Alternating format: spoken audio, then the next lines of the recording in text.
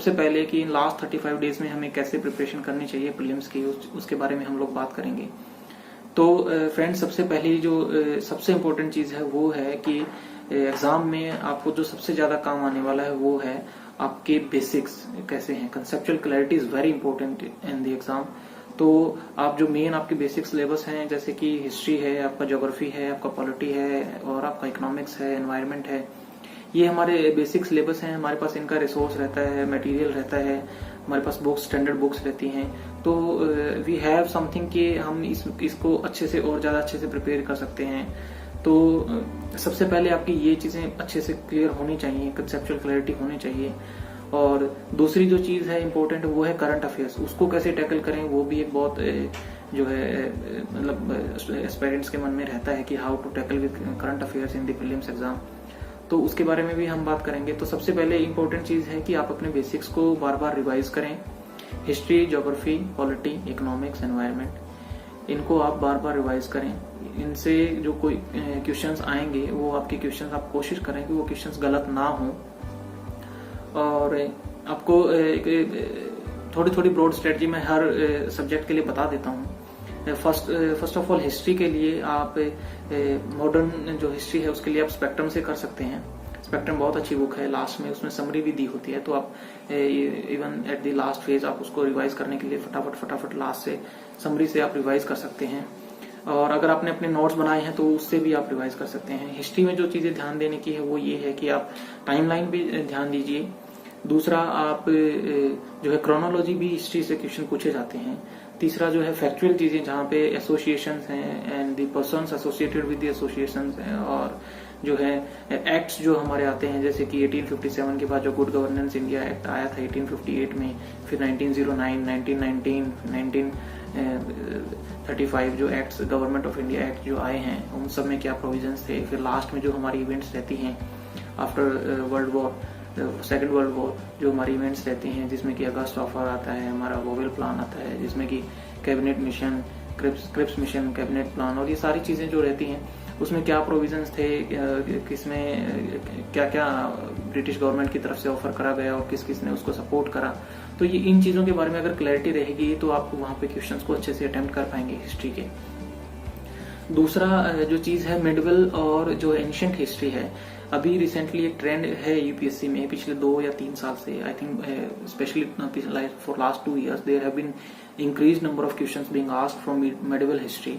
तो आप उसके लिए आप क्या कर सकते हैं, जो मैं अपना बता देता हूँ। मैंने जो लूसेंट की हमारी एक जीके की बुक आती है मैंने वहां से करा था। और भी आपके पास रिसोर्सेज हैं, बहुत सारे वीडियोस आपको मिल जाएंगी यूट्यूब पे, आप वहां से भी उसको कर सकते हैं। बिकॉज इस टाइम पे आप कोई नई बुक उठा के, नया रिसोर्स उठा के आप तैयार नहीं कर सकते। तो फॉर ए क्विक रिवीजन के लिए अगर आपने नहीं करा या आप कर रहे हैं तो आप जो वीडियोस 1 घंटे में जो मिडवल का एक कोर्स टाइप सा रहता है आप वो कर सकते हैं। या फिर आप जो लूसेंट में बहुत उन्होंने क्रिस्प में बना के दे रखा है तो आप वहां से भी कर सकते हैं अगर आपने नहीं करा है। और अगर आपने पहले से तैयार कर रखा है तो आप उसी सोर्स को ही रेफर करें, उसी से स्टिक टू करें और उसी पे अगर तैयारी करेंगे तो आपके लिए बहुत बेनिफिशियल रहेगा। एंशिएंट से आप जो तैयारी करते हैं, मेरे हिसाब से जो रिसेंट में करंट अफेयर्स में जो चीजें एंशिएंट से रिलेटेड रही हैं, जैसे हमने बहुत एक्सकवेशंस करी हैं, इवन हमारे बजट में भी बहुत सारी ऐसी चीजें थी जहाँ पे हमारे फाइनेंस मिनिस्टर ने ऐसी साइट्स के बारे में नाम लिए हैं और कुछ वर्ड्स ऐसे नाम लिए हैं जो एंशिएंट के सिलेबस से रेफर करते हैं। तो उन चीजों को आप ना छोड़िए, उनसे रिलेटेड जो चीजें हैं उनको आप करिए। तो आपके लिए मे बी वहां पे कोई भी क्वेश्चन आ सकता है उन वर्ड से रिलेटेड। और तो ये रहा हिस्ट्री का। अभी ज्योग्राफी के लिए हम लोग क्या करते हैं कि ज्योग्राफी के लिए सबसे पहले जो हमारे पास मटेरियल रहता है 11th-12th की एनसीईआरटीज, आप उसको छोड़ के मत जाइए, बहुत इंपॉर्टेंट है वो। एक एक वर्ड को आप कर लीजिए, बिकॉज बहुत ज्यादा भी नहीं है, लेकिन चैप्टर वाइज आप करिए। और दूसरा जो है जीसी लियोंग, सो मैं अपना बता देता हूँ। जीसी लियोंग में क्या है कि this book is not written for the UPSC examination point of view, और दूसरा this has been written by an foreign writer. तो इसमें बहुत सारी ऐसी चीजें हैं जो कि UPSC exam point of view से इररेलेवेंट रहती हैं, बहुत ज्यादा काम पे नहीं आती हैं यूपीएससी प्रिपरेशन में। तो आप थोड़ा सा सिलेक्टिव स्टडी करिए जीसी लियोंग से। तो कुछ स्टार्टिंग के कुछ 2-3 चैप्टर्स हैं, और जो क्लाइमेट से रिलेटेड जो जीसी लियोंग में है जो जो चैप्टर्स हैं आप वो वहां से कर सकते हैं। बाकी चीजें आप ज्योग्राफी की जो है एनसीईआरटी से आप कर सकते हैं, तो आपके लिए बेनिफिशियल रहेगा। उसके अलावा ज्योग्राफी में आप एटलस पे ध्यान दीजिए, जो रिसेंट न्यूज में रही हैं जो चीजें, और वो जो आप लोकेशंस देखेंगे एटलस से, तो साथ में आप लॉन्गिट्यूड लैटिट्यूड इन चीजों पे भी ध्यान दीजिए कि वो कौन सी लैटिट्यूड पे पड़ते हैं, कौन सी लॉन्गिट्यूड वहां से निकलती है, क्योंकि रिसेंटली बहुत सारे ऐसे क्वेश्चंस पूछे गए हैं जहाँ पे लॉन्गिट्यूड और लैटिट्यूड का भी रोल रहता है एटलस के क्वेश्चंस में। और वर्ल्ड मैप से भी एक या दो क्वेश्चन हर बार प्रीलिम्स में पूछा जाता है, लास्ट टाइम भी पूछा गया था, हर बार एक या दो क्वेश्चंस वर्ल्ड मैप से पूछा जाता है। तो जो वर्ल्ड में जो चीजें न्यूज में रहती हैं, जो लोकेशंस न्यूज में रहती हैं, आप उनको भी एक बार देख लीजिएगा। बाकी जो ज्योग्राफी से है फैक्चुअल कुछ बहुत सारी चीजें हैं ज्योग्राफी में, जैसे कि आपके माउंटेन्स हैं, तो माउंटेन रेंजेस जो हैं वो आप सारे ऊपर से नीचे तक, जैसे हिमालयाज हैं, नीचे फिर अपने विंध्याचल हैं, उसके बाद वेस्टर्न घाट्स हैं और इधर ईस्टर्न घाट्स हैं, और नॉर्थ ईस्ट जो माउंटेन्स हैं उन सबको आप एक बार माउंटेन कंप्लीट कर लीजिए। दूसरा जो है हमारे जो नेशनल पार्क्स हैं और वाइल्ड लाइफ सेंचुरीज हैं वो आप देख लीजिए, जो इम्पोर्टेंट है कहाँ पर हैं। रामसर साइट्स हैं वो देख लीजिए। उसके अलावा जो हमारे पास इम्पोर्टेंट रहता है कि इंडिया में जो स्टेटस रहता है फॉरेस्ट का, हम कहाँ पे बढ़ा है, कहाँ पे घटा है, कौन से ऐसी चीजें हैं, तो उसको आप इग्नोर करके मत जाइए। तो ये आप ऐसे इस तरीके से इन चीजों को अगर करेंगे तो ज्योग्राफी से रिलेटेड क्वेश्चंस मोस्ट प्रोबेबली आप वहाँ पे सॉल्व कर लेंगे। थर्ड थिंग इज पॉलिटी के लिए मुझे लगता है कि Laxmikanth for prelims, Laxmikanth is comprehensive, आप उसको बार बार रिवाइज करिए, आप उसको बार बार तैयार करिए, तो पॉलिटिक्स से रिलेटेड क्वेश्चंस आप वहाँ पे इजिली सॉल्व कर पाएंगे अगर आपने अच्छे से लक्ष्मीकांत को पढ़ा है और आपकी कंसेप्चुअल क्लैरिटी है। तो I think you will be able to solve the polity questions very easily there. The thing for polity is revise more and more. तो बहुत सारी चीजें ऐसी हैं जब आप पॉलिटी के चैप्टर्स पढ़ते हैं आपको लगता है कि you have completely done the complete chapter in very good manner, but जैसे ही पार्लियामेंट से रिलेटेड कोई ऐसे क्वेश्चंस आते हैं तो आपको पार्लियामेंट से रिलेटेड क्वेश्चंस आते हैं, लेकिन आप पार्लियामेंट से रिलेटेड वो चीजें नहीं आप कर पाते हैं जो कि बहुत इंपॉर्टेंट रहती हैं, या कुछ ऐसी फैक्चुअल चीजें वहां पे पूछ ली जाती हैं जो आपने ध्यान नहीं दिया होता है, तो आपको उसी टाइम पे पता चलता है कि ये तो मैंने देखा ही नहीं। तो ऐसा रहता है पॉलिटी में। तो प्रीलिम्स के लिए आप फैक्चुअल चीजों के ऊपर ध्यान दीजिए, फैक्चुअल चीजों को थोड़ा ज्यादा फोकस करिए। और फोर्थ जो हमारा सब्जेक्ट रहता है वो है इकोनॉमिक्स का। तो इकोनॉमिक्स में फ्रेंड्स जो मैं आपको अपना एक्सपीरियंस से बताना चाहता हूँ वो ये है that economics questions will be more conceptual based, so they are not going to ask any specific factual thing from economics. They will ask some conceptual clarity, whether you have any clarity about the concepts of economics. Like they will ask you that RBI has decreased the repo rate in recent times, so what it will achieve. So इससे हमारी money supply बढ़ जाएगी, इससे हमारी economic growth बढ़ जाएगी, या फिर इससे बैंक्स के पास बहुत ज्यादा पैसा हो जाएगा, तो क्या इससे होने के चांसेस रहेंगे। तो इस तरह के रिलेटेड इस तरह से जो क्वेश्चंस इकोनॉमिक्स से जनरली रहते हैं, तो इकोनॉमिक्स की भी मैं यही बोलूंगा आपको कि जो हमारे बेसिक्स रहते हैं इकोनॉमिक्स के, कि किसी कोई भी जो हमारा एक मूव रहता है बाय गवर्नमेंट और बाय आरबीआई, तो वो what is the main objective, what they want to achieve with that policy, तो उस पे आप थोड़ा सा फोकस करिए कि ये क्या अचीव करना चाहती है सरकार, इसका क्या ऑब्जेक्टिव है। अगर वैसे करेंगे तो इकोनॉमिक्स के क्वेश्चंस भी आप इजीली वहां पे अटेम्प्ट कर पाएंगे। Fifth thing is environment. Environment के लिए हमारे पास जो रिसोर्स रहता है वो जनरली शंकर आईएएस की बुक आती है एनवायरनमेंट की, और इसके अलावा हमारे पास कोई कॉम्प्रिहेंसिव मटेरियल नहीं रहता है एनवायरनमेंट के लिए। But most of the questions from environment will be from current affairs, जो रिसेंटली करंट में न्यूज रही है वहीं से क्वेश्चंस आते हैं। और एनवायरनमेंट से जो क्वेश्चंस रहते हैं जनरली मैंने ये देखा है कि जो अभी करंट में जो बहुत ऐसी न्यूज रहती हैं एनवायरनमेंट से रिलेटेड, जैसे कि climate change is one thing, second thing is global warming जो है अपना वो, और अभी जो है फॉरेस्ट फायर्स बहुत चल रही हैं वो चीजें, और फोर्थ जो है जैसे एनवायरनमेंट में लास्ट टाइम पूछा था कि एग्रीकल्चर वगैरह में जो हम पेस्टिसाइड्स का यूज करते हैं वो क्वेश्चन आया था, तो सॉलिड वेस्ट मैनेजमेंट कैसे, और जैसे रिवर्स में जो पोल्यूशन वगैरह हम लोग अभी चल रहा है, तो माइनिंग से रिलेटेड, तो ये सारी चीजें एनवायरनमेंट में आती हैं। तो रिसेंटली जो करंट में न्यूज में रहता है उसी से क्वेश्चन पूछने के ज्यादा चांसेस रहते हैं। तो आप बेसिक एनवायरनमेंट के सिलेबस के साथ साथ इन चीजों को भी ध्यान में रखकर एनवायरनमेंट की तैयारी करिए। उसके बाद जो है फ्रेंड्स वो है science and tech. For science and tech material जो हमारा रहता है, जनरली हम जो रेफर करते हैं वो एनसीईआरटीज होती हैं अप टू 10th क्लास। लेकिन साइंस एंड टेक से जो रिलेटेड क्वेश्चन पूछे जाते हैं वो अभी पिछले कुछ सालों से यूपीएससी ने नहीं पूछा है कि आपको वो डायरेक्ट आपको 10th क्लास की एनसीईआरटी से कुछ ऐसा मिल जाए, बट यू नेवर नो। आप प्रिपेयर करके जाइए तो 10th क्लास तक की एनसीईआरटीज आप देख सकते हैं, वो इजी रहती हैं, आप इजीली उसको अंडरस्टैंड भी कर पाएंगे। और करंट अफेयर से रिलेटेड ही क्वेश्चन आएंगे। अगर साइंस एंड टेक से रिलेटेड क्वेश्चन आते हैं, मोस्टली यही रहता है कि करंट बेस्ड ही क्वेश्चन रहते हैं। तो जो साइंस एंड टेक से रिलेटेड चीजें अभी पिछले 1 से 1.5 साल से न्यूज में रही हैं, आप उस पर थोड़ा ज्यादा फोकस करिए। करंट अफेयर्स जो हमारा मेनली रहता है वो हम कैसे प्रिपेयर करें, इस पे हम एक थोड़ी सी बात कर लेते हैं। तो करंट अफेयर्स को हम कैसे कर सकते हैं फ्रेंड्स, कोई भी मंथली मैगजीन अपने बहुत सारे कोचिंग इंस्टीट्यूट्स प्रोवाइड कर देते हैं। They already compile all the current affairs for the past month, और वो आपको प्रोवाइड कर देते हैं, तो आप वहां से कर सकते हैं। या फिर जो अगर आपने खुद के हैंड रिटन नोट्स बना रखे हैं तो आप उसी को रेफर करिए, क्योंकि जो चीजें आपने बनाई हैं वो आपको ज्यादा टाइम तक आपके माइंड में रहती हैं, आप इजिली उनको रिकलेक्ट कर पाते हैं एग्जाम में, और वो रिवीजन भी आप उनका बहुत अच्छे से कर पाएंगे, इजिली आप उन चीजों को रिवाइज कर पाएंगे। तो अगर आपने अपने हैंड रिटन नोट्स हैं तो आप उन्हीं को रेफर करिए, और अगर नहीं करा है तो आप मंथली जो मैगजीन्स आती हैं करंट अफेयर्स की वो भी आप रेफर कर सकते हैं। और अगर अभी तक आपने कुछ, अगर आपका करंट अफेयर्स छूटा हुआ है तो आई वुड रिकमेंड कि आप अभी कोई भी मंथली मैगजीन वगैरह उठा के ना पढ़िए, क्योंकि it may take around 2 to 3 days और 3 to 4 days for completing 1 monthly magazine for current affairs thoroughly.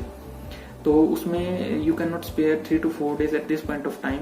तो रादर आई वुड रिकमेंड कि आप कोई पिछले मंथली ऐसा कोई वीडियो देख लीजिए, उसको थोड़ा स्पीड इंक्रीज करके देख लीजिए, तो अब कम टाइम में वो चीजें आपके आंखों के आगे से एक बार निकल जाएंगी। तो maybe you will be able to attempt the questions from those current affairs if asked in the paper.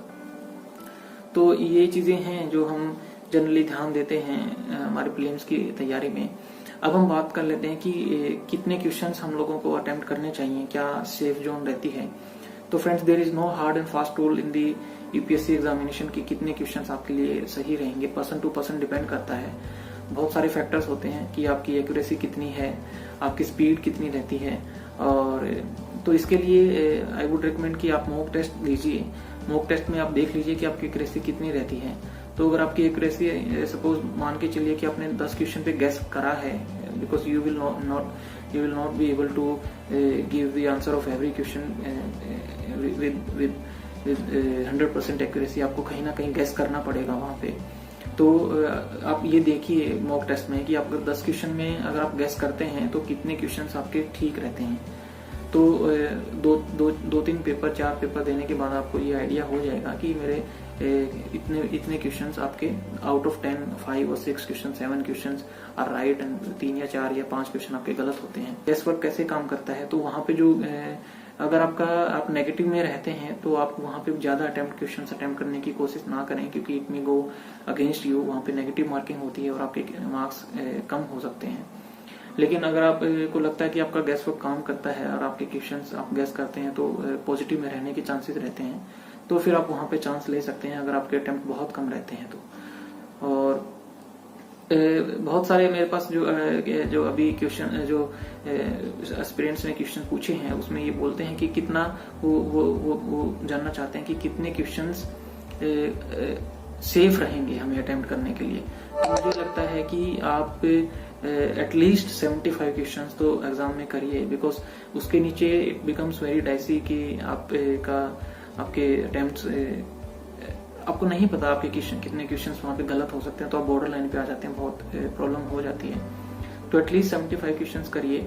उसके ऊपर आप अपने हिसाब से देख सकते हैं कि अगर वहां पे कैसा पेपर रहता है। अगर पेपर इजी रहता है तो आप 80-85 कर सकते हैं, पेपर बहुत टफ रहता है तब भी आप कोशिश करिए कि एटलीस्ट 75 क्वेश्चन तो आप करिए। और बाकी मॉक टेस्ट देके देखिए आपको you will get a fair idea कि कितने क्वेश्चंस आपके लिए ठीक रहेंगे।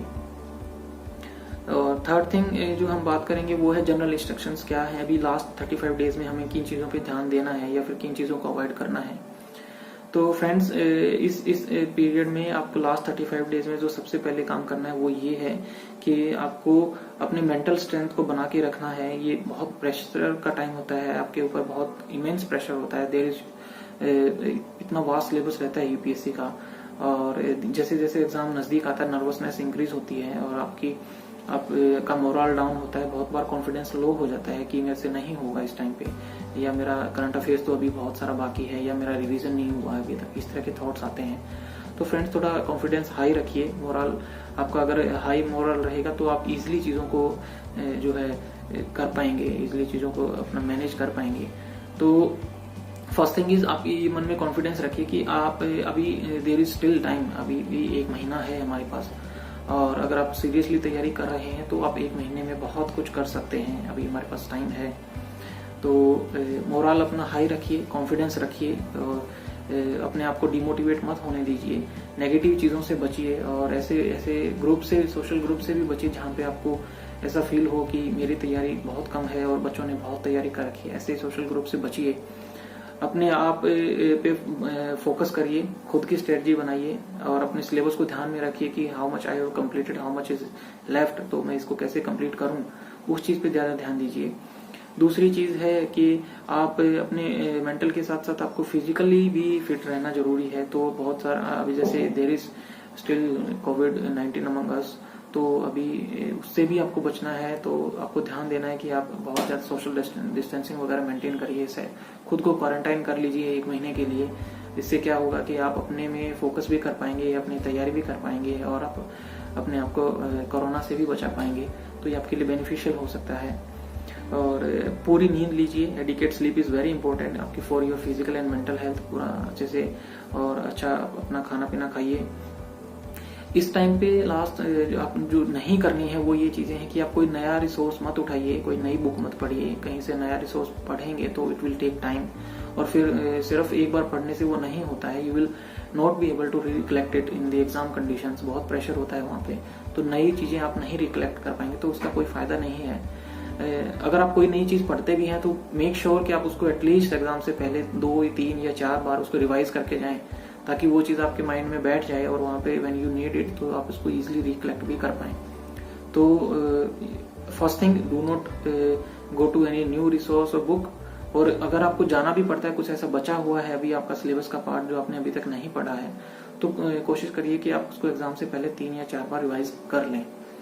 उसके अलावा जो प्रीवियस ईयर क्वेश्चन जो है, हमारा क्वेश्चन पेपर है, उसको आप जरूर देखिए एक बार, क्योंकि बहुत बार ऐसा हुआ है यूपीएससी में कि सेम टू सेम क्वेश्चन भी रिपीट हुए हैं।